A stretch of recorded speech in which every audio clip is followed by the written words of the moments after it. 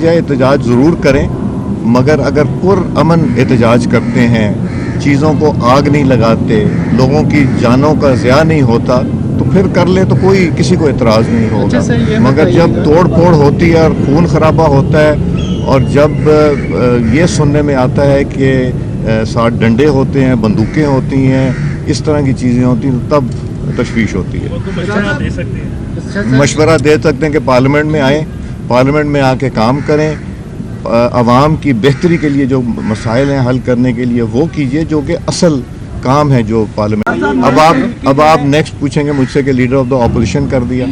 मैं हैरान हूँ तज्जियाकारों पे, जिनको मैंने रिपीटेडली बताया कि ये डिले जो हुई है, क्योंकि नेशनल असेंबली ऑफ पाकिस्तान को पार्टी बनाया हुआ था सुपीरियर कोर्ट्स ने, पहले सुप्रीम कोर्ट ऑफ पाकिस्तान और उससे पहले पेशावर हाई कोर्ट पे। जब उन्होंने केस वापस लिया, मैंने नोटिफाई कर दिया। और ये भी मैं बड़ा क्लियर कर दूं, कोई भी एंटी पाकिस्तान गुफ्तगू करेगा नेशनल असेंबली ऑफ पाकिस्तान में मैं नहीं करने दूंगा।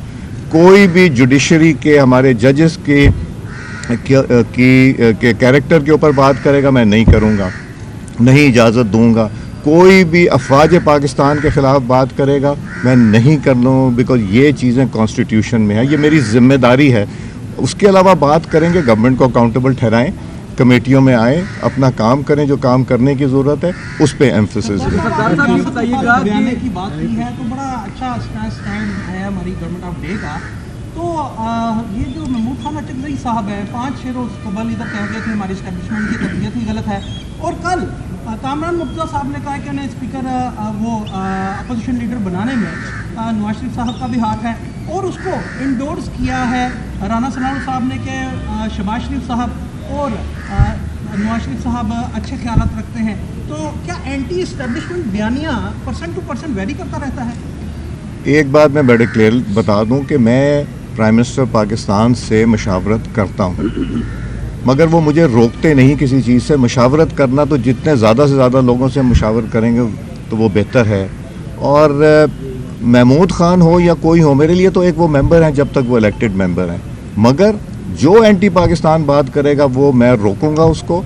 कहीं लिखा हुआ नहीं है कि जब लीडर ऑफ द अपोजिशन उठे तो उसको फ्लोर मिलना चाहिए। अगर वो ठीक बात करेंगे फ्लोर मिलता रहेगा, ये रवायत है, ना कॉन्स्टिट्यूशन में ना रूल्स में। तो इसलिए मुझे पता है कि मैंने हाउस किस तरह चलाना है, मैंने उस तरह चलाना है जिसमें पाकिस्तान की बका और पाकिस्तान की बेहतरी। सरदार साहब ये फरमाइएगा कि एक वक्त में तहरीकें जो है वो शामिल हुई हैं, ऐलानात हो गए हैं, पार्टी परचमों को भी रहनुमाई कर दी गई है, तो क्या समझते हैं ये आम आदमी को, अवाम राज को आगे लाने की बातें हो रही हैं, तो इससे कुछ सियासी जो मंजरनामा है उसमें कोई हलचल पैदा होगी? क्या मुस्लिम लीग नून की सियासी जो कुव्वत है उसको, उनसे कोई ख़तरा है?